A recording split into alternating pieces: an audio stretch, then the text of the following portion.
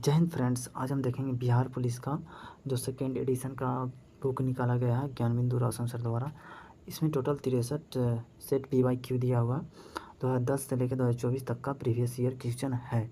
इतना अगर अच्छा से कर लेते हैं तो बिहार पुलिस तो आराम से निकल जाएगा, कोई ज़्यादा बाहर नहीं है। तो आज हम देखेंगे, हम 11वां नंबर सेट देखेंगे। इससे पहले का सेट हो चुका है, आप प्लेलिस्ट में जाकर देख लीजिएगा। प्लेलिस्ट का लिंक डिस्क्रिप्शन में भी दिया हुआ है। तो आइए देखते हैं हम 11वां सेट का पहला नंबर क्वेश्चन से। ये सेट है 11 नंबर सेट है। ये बिहार पुलिस का एग्जाम हुआ था 2023 में। प्रथम पाली का हुआ था 2380 पोस्ट के लिए।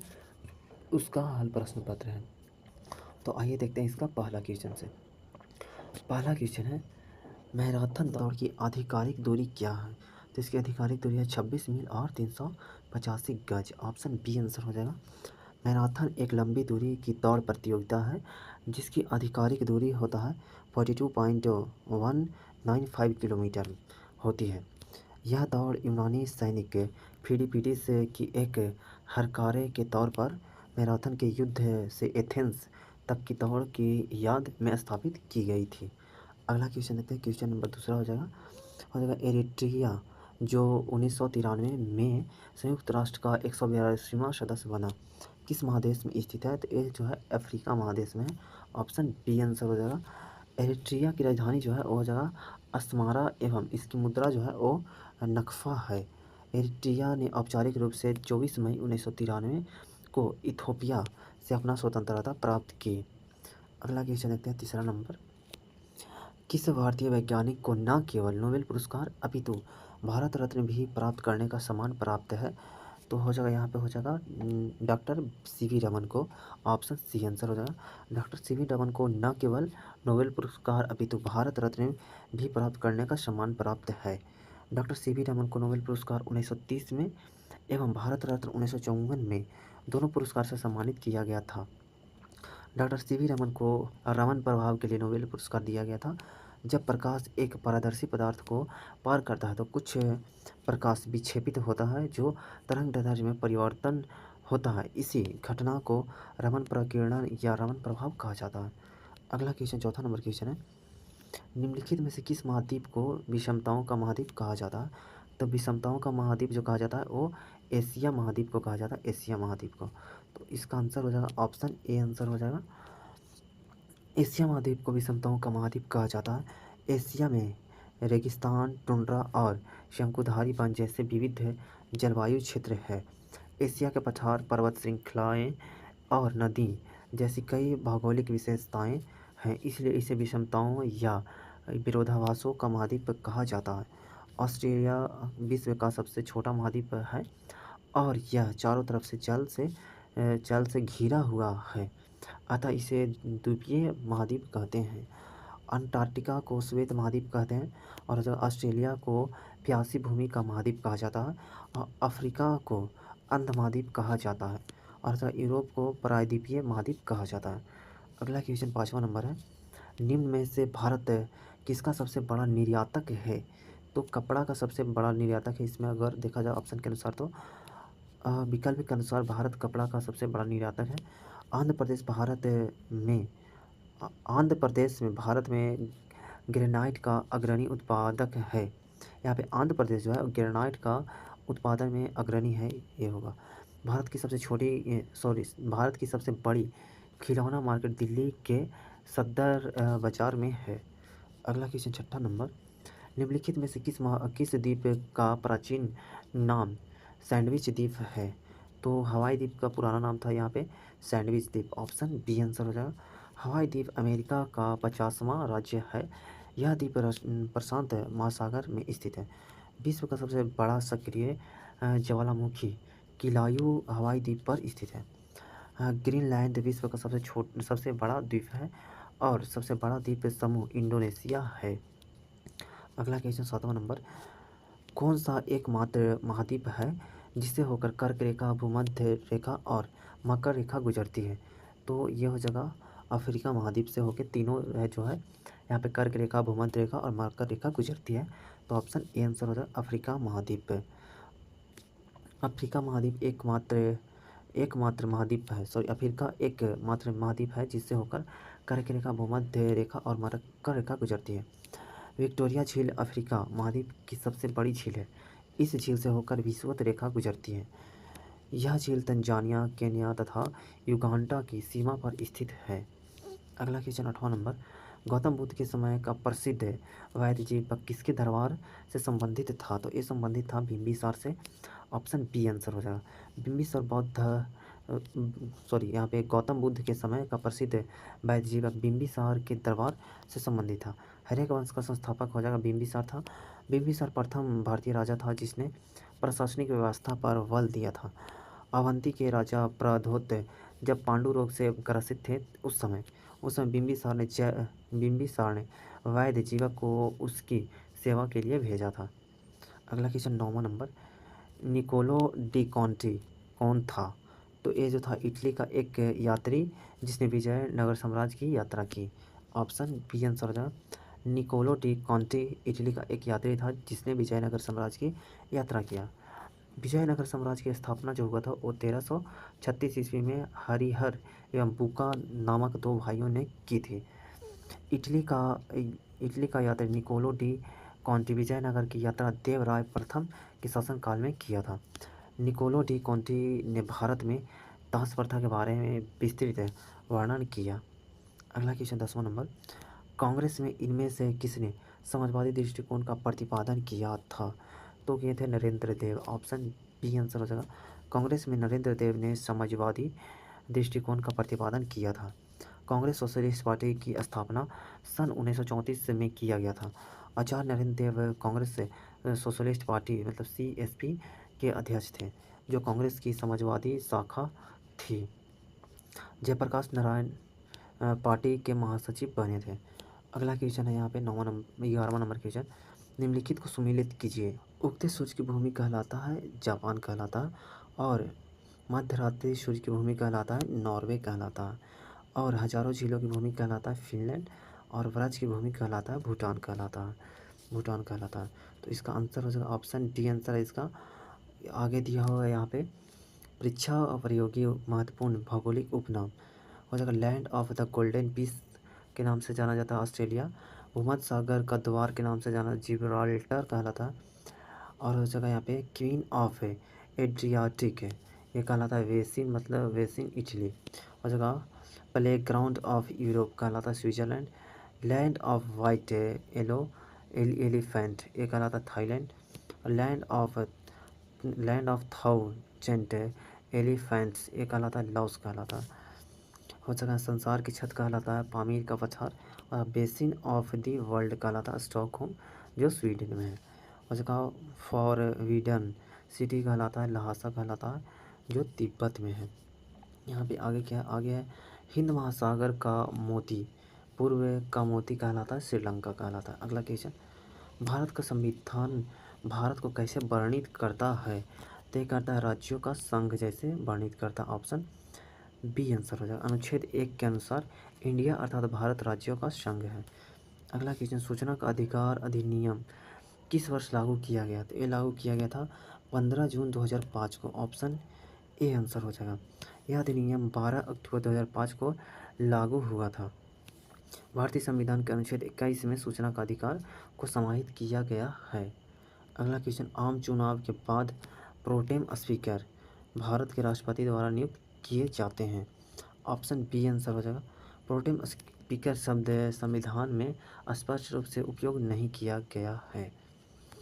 आगे देखते हैं यहाँ पे प्रोटेम स्पीकर एक अस्थायी स्पीकर होता है जिसे संसद या राज्य विधानसभाओं में कार्यवाही संचालित करने के लिए सीमित समय के लिए नियुक्त किया जाता है। प्रोटेम स्पीकर को आमतौर पर नई लोकसभा या विधानसभा की पहली बैठक के लिए चुना जाता है जहां स्पीकर का चुनाव होना बाकी होता है। संवैधानिक परंपरा के अनुसार सदन के सबसे वरिष्ठ सदस्य को प्रोटेम स्पीकर चुना जाता है।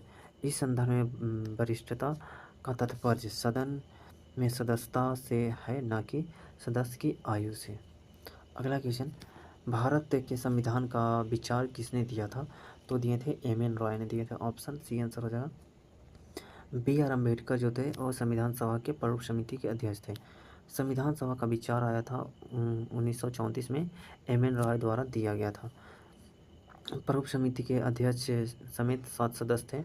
डॉक्टर सच्चिदानंद सिन्हा संविधान सभा के पहले अध्यक्ष थे, अस्थायी अध्यक्ष थे। वही डॉक्टर राजेंद्र प्रसाद अस्थायी अध्यक्ष थे। डॉक्टर राजेंद्र प्रसाद संविधान सभा के अस्थायी अध्यक्ष चुने गए।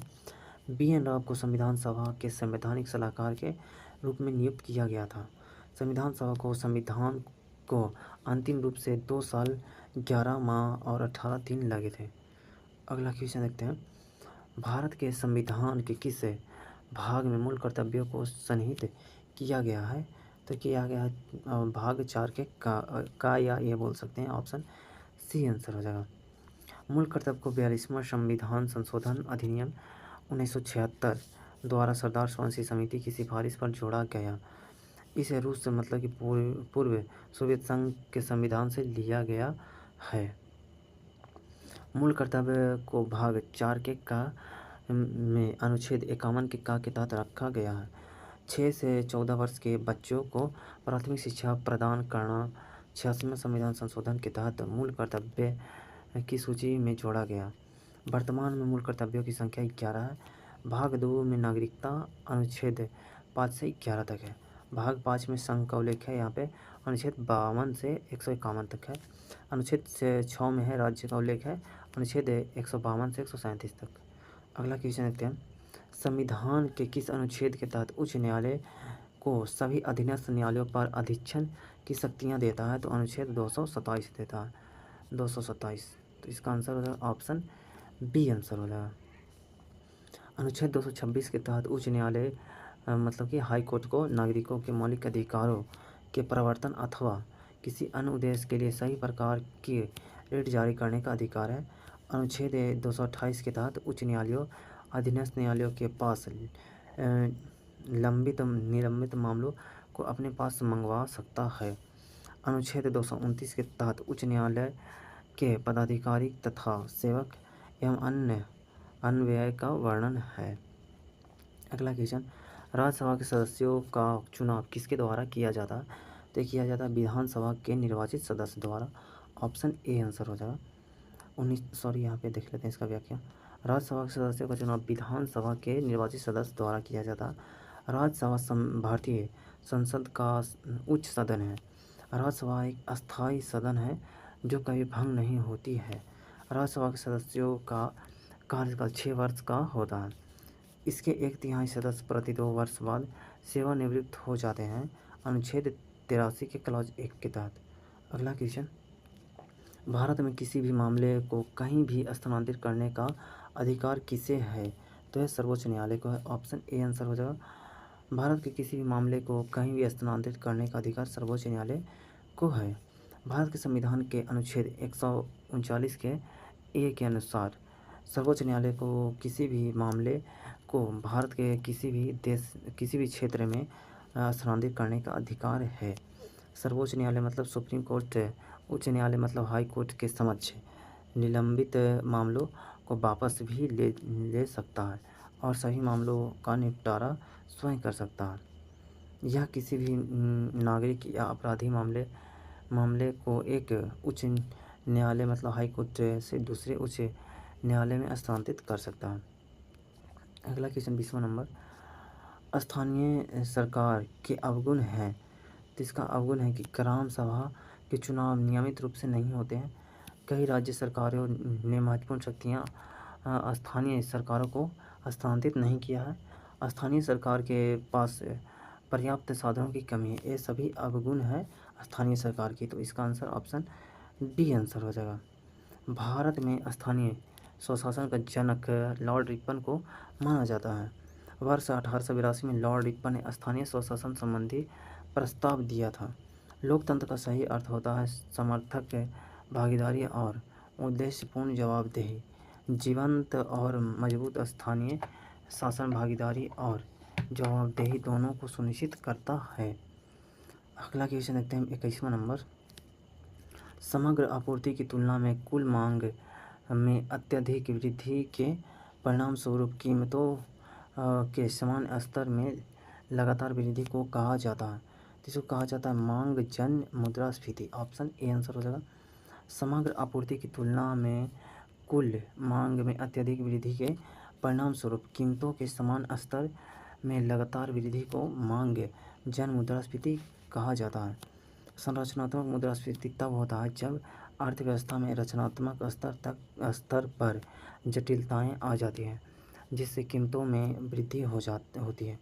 अर्थशास्त्र में मुद्रास्फीति जनित मंदी एक ऐसी स्थिति है जिसमें मुद्रास्फीति की दर उच्च या बढ़ती है, आर्थिक विकास दर धीमी हो जाती है और बेरोजगारी लगातार ऊंची बनी रहती है। अगला क्वेश्चन देखते हैं 22वां नंबर। निम्नलिखित में से कौन सा भुगतान संतुलन के चालू खाते का हिस्सा नहीं है? तो इसमें से पूंजीगत प्राप्तियां और भुगतान। ऑप्शन डी आंसर हो जाएगा।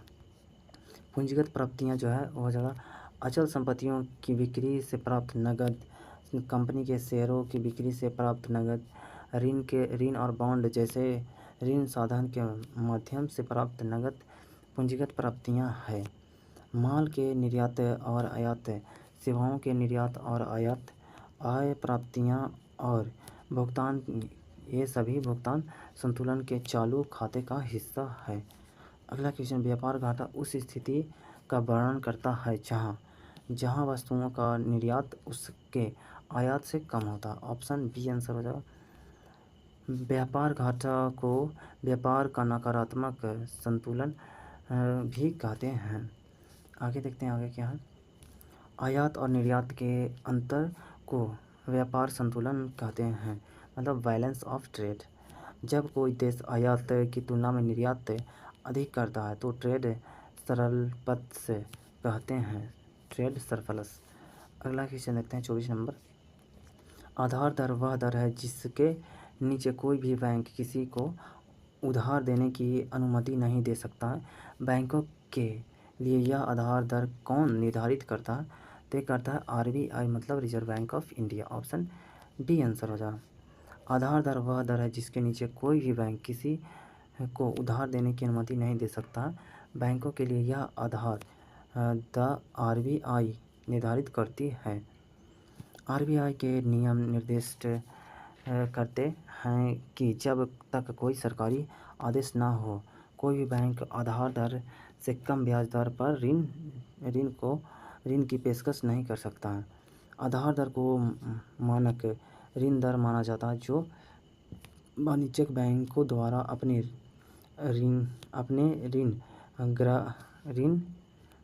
ग्राहकों को पेश किया जाता है। ये होता है ऋण ग्राहियों को पेश किया जाता है। ये सभी जोखिम कारकों पर विचार करने के बाद ही आधार दर की गणना की जाती है। आरबीआई का स्थापना आरबीआई बैंक अधिनियम 1934 के प्रावधानों के अनुसार 1 अप्रैल 1935 को हुई। रिजर्व बैंक ऑफ इंडिया का मुख्यालय प्रारंभ में कोलकाता में स्थित था, परंतु 1937 में अस्थायी रूप से बम्बई में स्थानांतरित कर दिया गया। 1 जनवरी 1949 को आरबीआई का राष्ट्रीयकरण किया गया। अगला क्वेश्चन 25 नंबर। भारत में कृषि एवं संबंधित गतिविधियों को ऋण का वितरण करने में कौन से बैंक या संस्थाएं सर्वोच्च हिस्सा रखती है? तो हो जाएगा वाणिज्यिक बैंक। ऑप्शन सी आंसर हो जाएगा। भारत में कृषि एवं संबंधित गतिविधियों को ऋण का वितरण करने में वाणिज्यिक बैंक सर्वोच्च हिस्सा रखती है। क्षेत्रीय ग्रामीण बैंक है। इसकी स्थापना इंदिरा गांधी की सरकार के कार्यकाल के दौरान ग्रामीण ऋण का नरसिम्हन समिति की सिफारिशों के पश्चात 2 अक्टूबर 1975 को हुई। किसान क्रेडिट कार्ड योजना वर्ष 1998 में शुरू की गई थी। इस योजना में किसानों को अधिकतम आवश्यक आदानों की खरीद के लिए 50,000 रुपये मिल सकते हैं। अगला क्वेश्चन 26 नंबर है। भारत के सर्वप्रथम मुख्य चुनाव आयुक्त कौन थे? तो थे सुकुमार सेन थे। ऑप्शन सी आंसर हो जाएगा। संविधान के भाग 15 के अधीन अनुच्छेद 324 से 329 तक चुनाव आयोग का प्रावधान है। भारत की प्रथम महिला मुख्य चुनाव आयुक्त BS रामा देवी थी। अगला यहाँ पे है मुख्य चुनाव आयुक्त के रूप में सबसे लंबा कार्यकाल KBK सुंदरम का था एवं सबसे छोटा कार्यकाल श्रीमती BS रामादेवी जो मात्र 15 दिन रहे थे। वर्तमान में भारत के मुख्य चुनाव आयुक्त राजीव कुमार, ये चेंज हो गए हैं शायद, 15 मई 2022 तक था ये। अगला क्वेश्चन देखते हैं। जिस ब्याज से कम दर पर बैंक ग्राहक को उधार देने की उम्मीद नहीं की जाती है, उसे कहा जाता है प्रधान उधार दर कहा जाता है। ऑप्शन सी आंसर हो जाएगा। जिस ब्याज से कम दर पर बैंक द्वारा ग्राहकों को उधार देने की उम्मीद नहीं की जाती है, उसे प्रधान उधार दर कहा जाता है। प्रधान उधार दर यह वह ब्याज दर है जो वाणिज्यिक बैंक आमतौर पर अपने सबसे क्रेडिट योग्य ग्राहकों से वसूलते हैं। जमा दर होता है, जमा दर एक वित्तीय संस्थान के साथ है, ब्याज वाले खाते में आपके पैसों पर अर्जित लाभ का प्रतिशत है। बैंक दर वह ब्याज दर है जिस पर केंद्रीय बैंक वाणिज्यिक बैंकों को आमतौर पर अपेक्षाकृत अल्पकालिक ऋण के रूप में पैसा उधार देता है। तरलता को विनियमित करने की क्षमता के कारण बैंक दर आमतौर पर रेपो दर से अधिक होती है। अगला क्वेश्चन है 28 नंबर। भारत में नाबार्ड बैंक किसको पुनर्वित्त प्रदान नहीं करता है? तो यहाँ पर जो निर्यात आयात बैंकों को नहीं करेगा। Option C answer. भारत में नाबार्ड बैंक निर्यात आयात बैंक को पुनर्वित्त प्रदान नहीं करता है। राष्ट्रीय कृषि ग्रामीण बैंक, नाबार्ड, राज्य भूमि विकास बैंक, राज्य सरकारी बैंक, क्षेत्रीय ग्रामीण बैंक, वाणिज्यिक बैंकों और भारतीय रिजर्व बैंक द्वारा अनुमोदित अन्य वित्तीय संस्थानों को पुनर्वित्त प्रदान करता है। NABARD national bank of agriculture and rural development का गठन बी शिवरामन समिति की सिफारिश पर किया गया था। अगला क्वेश्चन, प्रतिकूल भुगतान संतुलन की समस्या कब उत्पन्न होती है? तो ये उत्पन्न होता है जब आयात निर्यात से अधिक होता है, तब। ऑप्शन डी आंसर हो जाएगा। अगला क्वेश्चन, सेना का एक यहाँ पे जो क्वेश्चन है वो 30 नंबर मैथ का क्वेश्चन है। तो इधर मैथ का क्वेश्चन आ गया। मैथ का क्वेश्चन को छोड़ के बाकी सारा क्वेश्चन देखेंगे। इधर मैथ का क्वेश्चन है, 35वीं मैथ का है, यहाँ पे 36वीं मैथ का है, 36वीं मैथ का, 37वीं मैथ का है, 38 39 मैथ का यहाँ पे। तो आइए हम देखते हैं 40 नंबर क्वेश्चन से देखते हैं। एक मोबाइल फ़ोन चार्जर होता है, तो ये होता है यहाँ पे एक स्टेप डाउन ट्रांसफार्मर होता है। ऑप्शन डी आंसर हो जाएगा। ट्रांसफार्मर वोल्टेज को कम या अधिक करता है, यह शक्ति या आवृत्ति में कोई परिवर्तन नहीं करता है। ट्रांसफार्मर यह एक ऐसा उपकरण है जिससे बिना विद्युत शक्ति नष्ट किए हुए प्रतिवर्ती धारा के विद्युत वाहक बल का मान बढ़ाया घटाया जा सकता है। ट्रांसफार्मर केवल प्रत्यावर्ती मतलब कि एसी धारा के लिए प्रयुक्त किया जाता है। ट्रांसफार्मर की क्षमता को वोल्ट एम्पियर VA में मापा जाता है। ट्रांसफार्मर दो प्रकार के होते हैं। स्टेप अप ट्रांसफार्मर, जो ट्रांसफार्मर विभव बढ़ाता है उसे स्टेप अप ट्रांसफार्मर कहते हैं। स्टेप डाउन ट्रांसफार्मर, जो ट्रांसफार्मर विभव घटाता है उसे स्टेप डाउन ट्रांसफार्मर कहते हैं। इन्वर्टर यह एक ऐसा इलेक्ट्रॉनिक उपकरण है जो DC को AC में परिवर्तित करता है। UPS का पूरा अर्थ होता है इंटरप्यूटेबल पावर सप्लाई होता है। अगला क्वेश्चन देखते हैं 41 नंबर। वह तापमान जिस पर कोई ठोस वस्तु वायुमंडलीय ताप पर पिघलकर द्रव बन जाता है उसका गलनांक कहलाता है। किसी ठोस वस्तु का गलनांक किसका संकेतक होता है?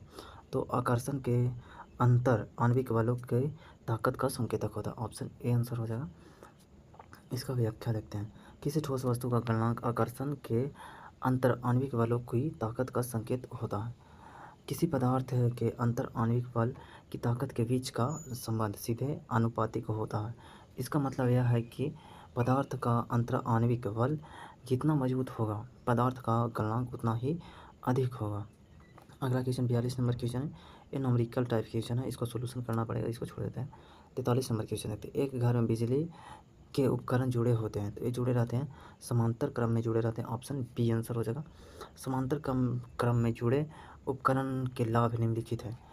यदि किसी दोष के कारण एक विद्युत उपकरण कार्य करना बंद कर देता है तो अन्य सभी उपकरण ठीक से कार्य करते रहते हैं। प्रत्येक विद्युत उपकरण का अपना स्विच होता है, जिसके कारण इसे अन्य उपकरणों को प्रभावित किए बिना स्वतंत्र रूप से चालू या बंद किया जा सकता है। प्रत्येक उपकरण का विभवांतर एक समांतर कनेक्शन से आपूर्ति किए गए वोल्टेज के बराबर होता है। सड़कों पर स्ट्रीट लाइट में लगे बल्ब समांतर क्रम में जुड़ा होता है। अगला क्वेश्चन 44 नंबर क्वेश्चन मैथ का है, तो मैथ का क्वेश्चन को छोड़ के हम देखेंगे यहाँ पे 45 नंबर भी क्वेश्चन मैथ का है। तो 46 नंबर क्वेश्चन देखते हैं। निम्नलिखित में से किसकी स्थापना गोपाल कृष्ण गोखले ने किए थे? तो ये किए थे यहाँ पे भारतीय समाज के सेवक, ऑप्शन बी आंसर हो जाएगा। भारत समाज के सेवक की स्थापना गोपाल कृष्ण गोखले ने 1905 में की थी। महात्मा गांधी के राजनीतिक गुरु गोपाल कृष्ण गोखले थे। गोपाल कृष्ण गोखले के राजनीतिक गुरु महादेव गोविंद रानड़े थे।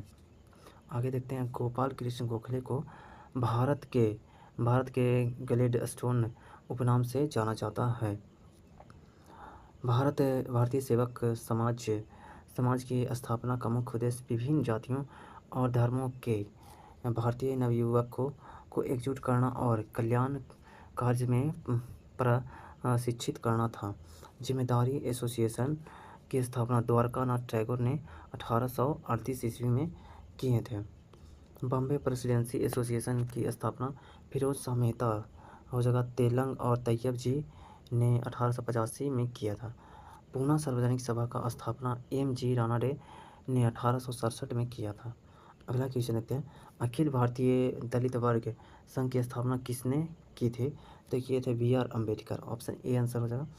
अखिल भारतीय दलित वर्ग संघ का मुख्य उद्देश्य यह सुनिश्चित करना था कि भारत के निर्णय लेने वाले निकायों में अनुसूचित जातियां एससी को उचित प्रतिनिधित्व दिया जाए। बहिष्कृत हितकारिणी सभा का गठन 1924 में बी.आर. अम्बेडकर ने किया था।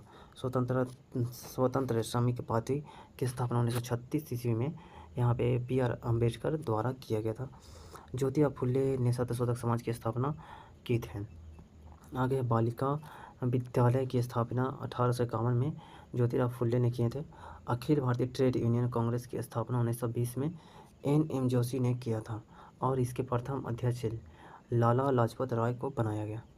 अगला क्वेश्चन। सत्य में जयते उक्ति कहाँ से ली गई? तो लिया गया मुंडक उपनिषद से लिया गया, ऑप्शन बी आंसर जाएगा।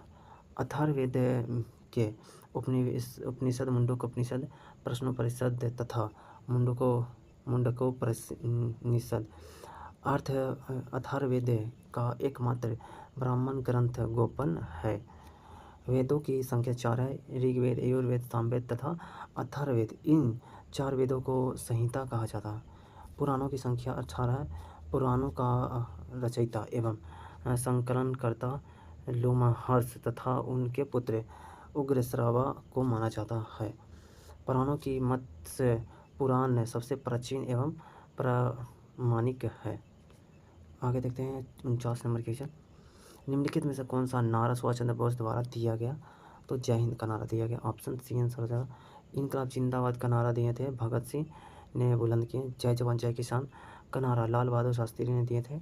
और वंदे मातरम का नारा यहाँ पे हो जाएगा बंकिम चंद्र चटर्जी द्वारा दिया गया। 50वां नंबर के ध्यान देखते हैं। पहला प्राचीन ग्रीक ओलंपिक खेल कब शुरू किया गया था? तो ये शुरू किया गया था 1776 ईस्वी में, ऑप्शन ए आंसर हो जाएगा। आधुनिक ओलंपिक खेल की शुरुआत 1896 ईस्वी में एथेंस में हुई थी। भारतीय शीतकालीन ओलंपिक खेल का आयोजन 1924 में चमोनिस फ्रांस में हुआ। प्रथम पैरा ओलंपिक खेल का आयोजन 1960 में रोम इटली में हुआ। अंतर्राष्ट्रीय ओलंपिक समिति का मुख्यालय लुसाने स्विट्जरलैंड में स्थित है। अगला क्वेश्चन। कांग्रेस का पहला अधिवेशन आयोजित किया गया? तो ये किया गया था डब्ल्यू.सी. बनर्जी की अध्यक्षता में बॉम्बे में किया गया था, ऑप्शन सी आंसर हो जाएगा। कांग्रेस का प्रथम अधिवेशन 28 दिसंबर 1885 को बम्बई के ग्वालियर टैंक में स्थित गोकुलदास तेजपाल संस्कृत कॉलेज में हुआ था, जिसके प्रथम अध्यक्ष व्योमचंद बनर्जी तथा सचिव ए हुम थे। पहली बार महिलाओं ने कांग्रेस के 1889 के बम्बई अधिवेशन में भाग लिया। प्रथम महिला जिसने कांग्रेस अधिवेशन को संबोधित किया वो थे कादम्बिनी गांगुली थे। 1912 के बांकीपुर अधिवेशन में ए ह्यूम एवं को कांग्रेस का पिता कहा गया। कराची अधिवेशन में गांधी जी ने कहा था, गांधी मर सकते हैं लेकिन परंतु गांधीवाद हमेशा जिंदा रहेगा।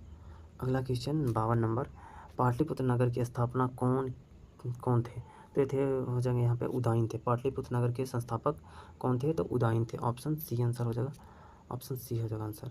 पुराणों एवं जैन ग्रंथों के अनुसार उदयन ने गंगा तथा सोन नदियों के संगम तट पर पाटलिपुत्र कुसुमपुरा नामक नगर की स्थापना की तथा उसे अपनी राजधानी बनाया।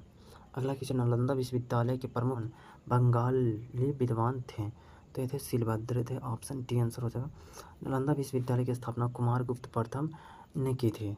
तुर्की शासक बख्तियार खिलजी ने नालंदा विश्वविद्यालय में आग लगा दिया था। अगला क्वेश्चन 54 नंबर, 54 से यहाँ पे 61 नंबर क्वेश्चन तक इंग्लिश का है। तो इंग्लिश का क्वेश्चन को छोड़ देंगे, नहीं होगा। इंग्लिश का जो है वो देख लीजिएगा, यूट्यूब पर बहुत सारा फ्री क्लास है, तो इसका पूरा देखना पड़ेगा, टेंशन तब समझ में आएगा। देखते हैं 62 नंबर क्वेश्चन, इसमें से कौन अलवार महिला संत है? अलवार महिला संत है आंडाल। ऑप्शन ए आंसर हो जाएगा। भगवान विष्णु के उपासक अलवार तथा भगवान शिव के उपासक नया नार कहलाते हैं। रामानंद के 12 शिष्यों में 2 स्त्रियां पद्मावती एवं सुरसरी थी। कबीर सुल्तान सिकंदर लोधी के समकालीन थे। संत रविदास जी को मीराबाई का गुरु माना जाता है। मीराबाई की भक्ति गीत पदावली कहा जाता है। अगला क्वेश्चन 63 नंबर क्वेश्चन है, वाक्य के अशुद्ध भाग मतलब कि त्रुटिपूर्ण भाग का चयन कीजिए। यहाँ पे उसकी खराब स्थिति को देखकर मुझे दुख और क्षोभ हुए, इसमें त्रुटि जो है वो दुख और क्षोभ हुए, ये त्रुटि है। तो इसका आंसर हो जाएगा सी हो जाएगा, ऑप्शन सी आंसर हो जाएगा। दिए गया वाक्य उसकी खराब स्थिति को देखकर मुझे दुख और क्षोभ हुआ में विकल्प सी दुख और क्षोभ हुए अंश त्रुटिपूर्ण है। वाक्य में और क्षोभ हुए अंश त्रुटिपूर्ण है। वाक्य में और क्षोभ हुए के स्थान पर और क्षोभ हुआ का प्रयोग सही रहेगा। अगला क्वेश्चन देखते हैं, जो सब कुछ जानता है वह सर्वज्ञ है। ऑप्शन बी आंसर हो जाएगा। अगला क्वेश्चन देखते हैं, यहाँ पे निम्न वाक्यों को क्रम से लिखिए। क्रम से लिखना है यहाँ पे।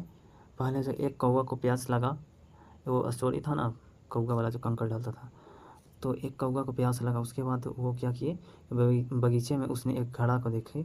उसके बाद यहाँ पे हो जाएगा, और घड़े में पानी बहुत नीचे था, तो कौवा जो था वो घड़ा में कंकड़ डालने लगा।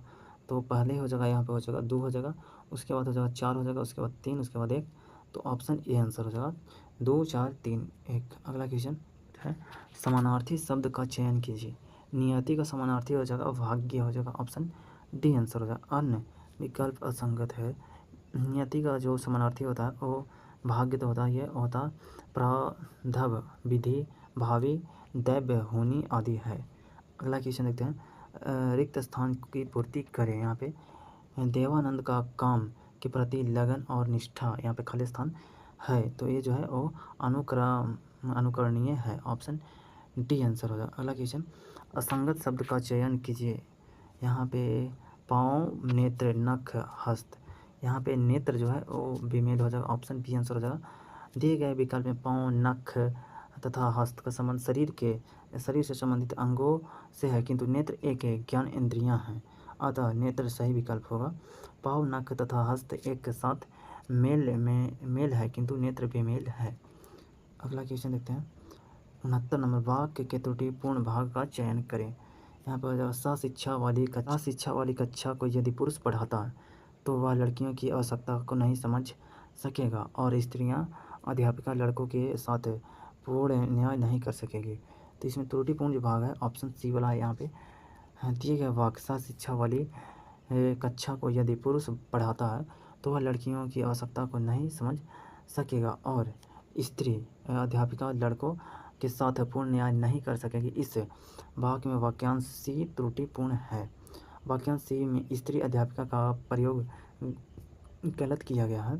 स्त्री सब स्त्रीलिंग है, साथ ही अध्यापिका भी स्त्री के लिए ही प्रयोग किया जाता है, इसलिए स्त्री अध्यापिका के स्थान पर सिर्फ स्त्री का प्रयोग होना चाहिए।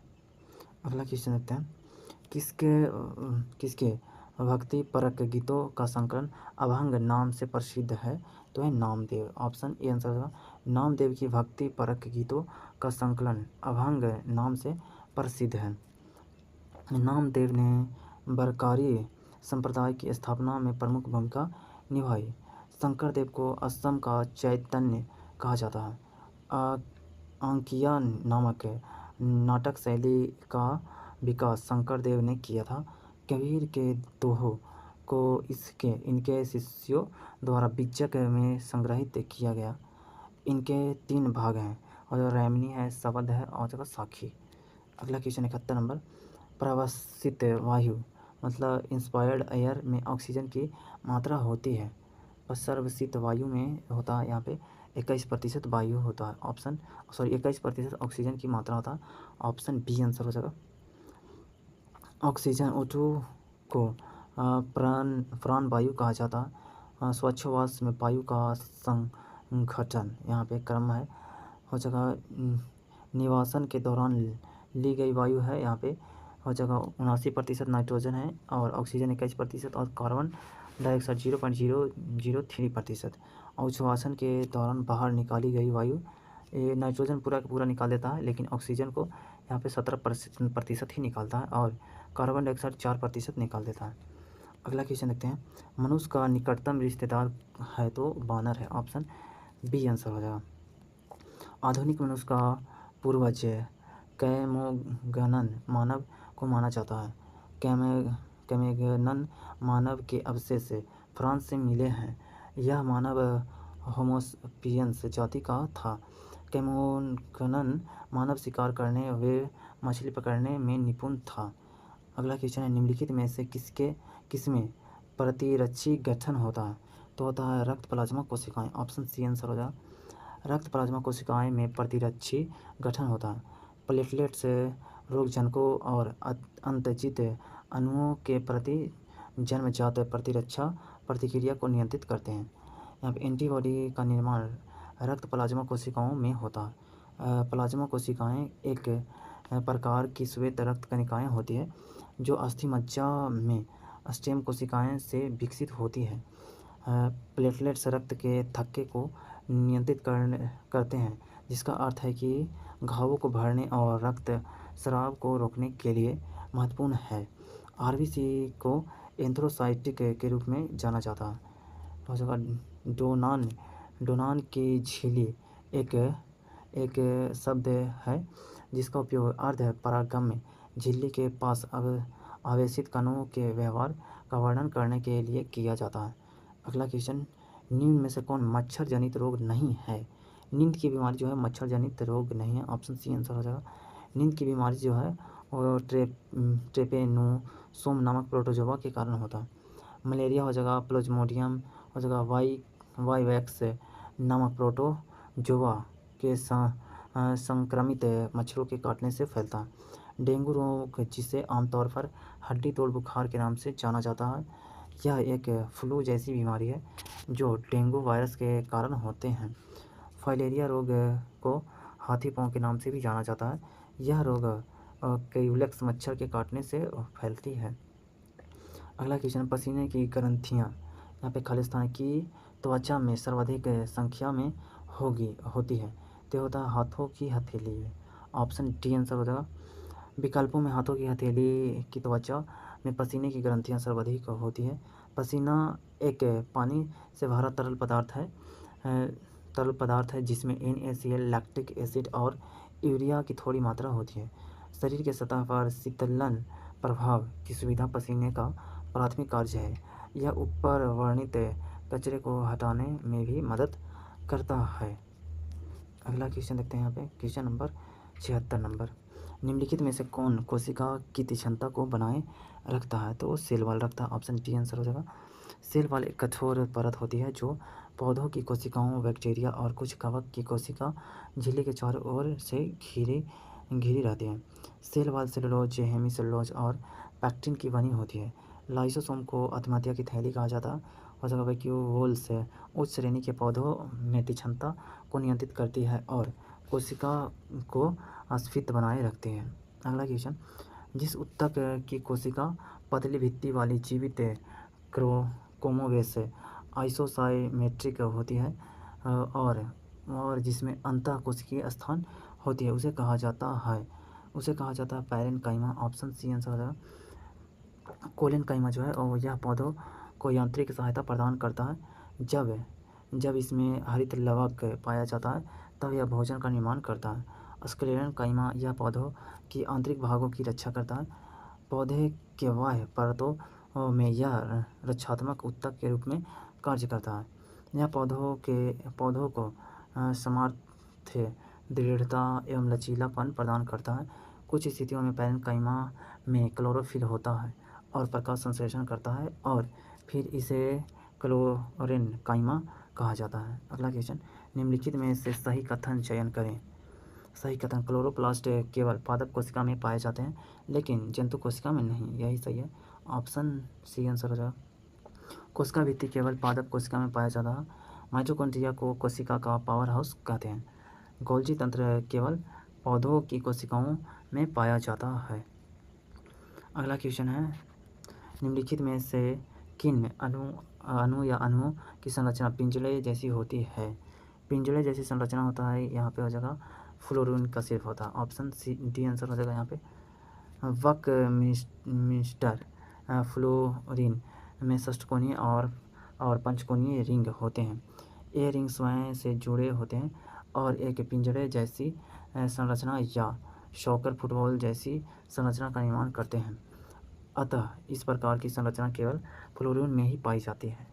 हीरा और ग्रेफाइट कार्बन के अपरूप हैं। दुनिया का सबसे कठोरतम तत्व हीरा है। अगला क्वेश्चन यहाँ पे 80 नंबर क्वेश्चन, ये VT ग्राफ के अंतर्गत का क्षेत्रफल जो एक भौतिक मात्रा का प्रतिनिधित्व करता है उसकी इकाई जो है वो मीटर होगा। एम हो जाएगा। ऑप्शन बी आंसर हो जाएगा। एक ग्राफ दिया हुआ पूरा, इसको समझाना। अगला क्वेश्चन देखते हैं, निम्नलिखित में से कौन एक समांगी मिश्रण का उदाहरण है। तो है नमक का घोल। ऑप्शन सी आंसर हो जाएगा। वह मिश्रण जिसमें पदार्थ पूरी तरह से मिश्रित होते हैं और एक दूसरे से प्रमेद होती है, समांगी मिश्रण कहलाते हैं। समांगी मिश्रण के कुछ उदाहरण, चीनी का घोल, नमक का घोल, कॉपर सल्फेट का घोल, समुद्री जल, शराब और पानी का घोल, पेट्रोल और तेल का घोल, सोडा वाटर इत्यादि। गंदा पानी तथा प्रदूषित वायु भी समांगी मिश्रण का उदाहरण है। अगला क्वेश्चन देखते हैं 82 नंबर, निम्नलिखित में से कौन सा सही है। प्लास्टर ऑफ पेरिस का जमना होता है। तो जमना होता है जलयोजन जो दूसरा हाइड्रेट बनाता है। ऑप्शन सी आंसर हो जाएगा। प्लास्टर ऑफ पेरिस का जमना होता है जलयोजन जो दूसरा हाइड्रेट बनाता है। प्लास्टर ऑफ पेरिस के जमने में एक अन्य हाइड्रेट का उत्पादन करने के लिए निम्न प्रकार के जलयोजन शामिल हैं। यहाँ पे जलयोजन दिया CaSO4 × 2H2O, ये बनेगा यहाँ पे +3H2O, यानी कि जल में मिलाया जाएगा। यहाँ पे तो बनाएगा यहाँ पे 2CaSO4 × 2H2O। जल के साथ मिश्रित होने पर यह प्लास्टिक द्रव्यमान का निर्माण करता है। लगभग आधे घंटे के भीतर जिप्सम के क्रिस्टल से मिलकर एक कठोर ठोस द्रव्यमान में जम जाता है। अगला क्वेश्चन 88 नंबर, निम्नलिखित में से किसका उपयोग परमाणु रिएक्टर में मंदक के रूप में किया जाता है। तो ये किया जाता है ग्रेफाइट, पैराफिन और भारी पानी मतलब कि भारी जल। ऑप्शन डी आंसर हो जाएगा इसका, इनमें सभी। मंदक की सहायता से न्यूट्रॉन की गति पर नियंत्रण रखा जाता है, इससे वांछित परिणाम प्राप्त हो सकता है। परमाणु रिएक्टर में शीतलक के रूप में सामान्यतः भारी जल D2O द्रव्य सोडियम का उपयोग किया जाता है। ड्यूटेरियम ऑक्साइड यहाँ पर नियंत्रक छड़ों की सहायता से रिएक्टर में घटित होने वाली नाभिकीय प्रक्रिया की दर को नियंत्रित किया जाता है। अगला क्वेश्चन, निम्नलिखित समीकरण में ऑक्सीकरण एजेंट क्या है। ऑक्सीकरण एजेंट, बाप रे इतना बड़ा दे दिया केमिकल रिएक्शन, इसको छोड़ देते हैं। अगला क्वेश्चन देखते हैं, निम्नलिखित में से कौन सा एक उपधातु है। उपधातु हो जाएगा यहाँ पे आर्सेनिक हो जाएगा। ऑप्शन डी आंसर हो जाएगा आर्सेनिक। आर्सेनिक जो है उपधातु जो तत्व धातु और अधातु दोनों के गुण प्रदर्शित करते हैं उसे उपधातु कहते हैं। आवर्त सारणी में इसकी स्थिति धातुओं और अधातुओं के मध्य है। उपधातु की संख्या 7 है। बोरोन है, सिलिकॉन है, जर्मेनियम है, और जगह आर्सेनिक है, एंटीमनी है, और जगह टेलेशियम हो जाएगा, और जगह पोलोनियम हो जाएगा। अगला क्वेश्चन देखते हैं। निम्नलिखित प्रश्न में दिए गए विकल्पों में से संबंधित शब्द का चयन करें। संबंधित शब्द का चयन करें। रीजनिंग का क्वेश्चन है, इसको छोड़ देते हैं। रीजनिंग का क्वेश्चन, इधर रीजनिंग का क्वेश्चन आ गया, तो रीजनिंग और मैथ का क्वेश्चन को छोड़ देंगे। यहाँ पे 92 नंबर क्वेश्चन है। 2023-24 में 2 साल के लिए यहाँ पे इधर भी मैथ रीजनिंग का क्वेश्चन है। तो यहाँ पे एक क्वेश्चन है, यहाँ पे हो जाएगा 90 नंबर क्वेश्चन है। राष्ट्रीय महिला आयोग की स्थापना कब की गई थी? तो किया गया था 1992 में। ऑप्शन डी आंसर हो जाएगा। राष्ट्रीय महिला आयोग एक संवैधानिक निकाय है। इसका गठन जनवरी 1992 में महिला सशक्तिकरण को प्रभावित बनाने हेतु राष्ट्रीय महिला आयोग अधिनियम 1990 के तहत किया गया। राष्ट्रीय महिला आयोग की पहली अध्यक्ष श्रीमती जयंती पटनायक थी। वर्तमान में इस आयोग की अध्यक्ष श्रीमती रेखा शर्मा हैं। महिला आयोग एक बहुदलीय निकाय है जिसमें एक अध्यक्ष, 5 सदस्य और एक सदस्य सचिव शामिल होते हैं। अध्यक्ष एवं सदस्यों का कार्यकाल 3 वर्ष या 65 वर्ष की आयु जो पहले हो तक होती है। अगला क्वेश्चन है यहाँ पे, सरकार ने ये सरकार ने 2023-24 में प्रधानमंत्री आवास योजना परिव्यय में कितने प्रतिशत की वृद्धि की घोषणा किया? तो 66%। ऑप्शन ए आंसर हो जाएगा। अगला क्वेश्चन है, बजट 2023-24 में 2 साल के लिए 7.5% है निश्चित ब्याज दर वाली महिलाओं के लिए नई बचत योजना शुरू की गई। योजना का नाम है यहाँ पे महिला सम्मान बचत प्रमाण पत्र। ऑप्शन बी आंसर हो जाएगा। अगला क्वेश्चन देखते हैं। क्वेश्चन नंबर यहाँ पे 93 नंबर है, हो जाएगा। आर्टिफिशियल इंटेलिजेंस द्वारा संचालित विश्व के सर्वप्रथम रेडियो प्लेटफॉर्म का नाम क्या है? तो हो जाएगा radio GPT. Option C answer हो जाएगा। अगला क्वेश्चन, खेलों में उत्कृष्टता के लिए कौन सा पुरस्कार दिया जाता है? तो अर्जुन पुरस्कार दिया जाता है। ऑप्शन बी आंसर हो जाएगा। अर्जुन पुरस्कार की शुरुआत 1961 में हुआ था और इसमें 15 लाख रुपए का नगद पुरस्कार दिया जाता है। प्रत्येक वर्ष अधिकतम 15 अर्जुन पुरस्कार दिए जाते हैं। जमनालाल बजाज पुरस्कार गांधीवादी मूल्यों, सामुदायिक सेवा और सामाजिक विकास को बढ़ावा देने के लिए 1977 में इसका स्थापना किया गया था। टैगोर पुरस्कार संस्कृति के सद्भाव के लिए नोबेल पुरस्कार विजेता रविन्द्रनाथ टैगोर 1861 से 1941 की 150वीं जयंती के उपलक्ष्य में दिया जाने वाला एक पुरस्कार है।